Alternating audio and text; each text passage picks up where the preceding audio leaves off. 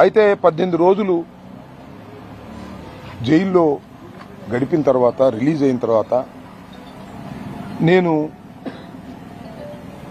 20వ తారీఖున press meet పెట్టి చాలా విషయాలను మీ ద్వారా రాష్ట్రంలో ఉన్న ప్రజానీకానికి వివరించేటటువంటి ప్రయత్నం చేశాను.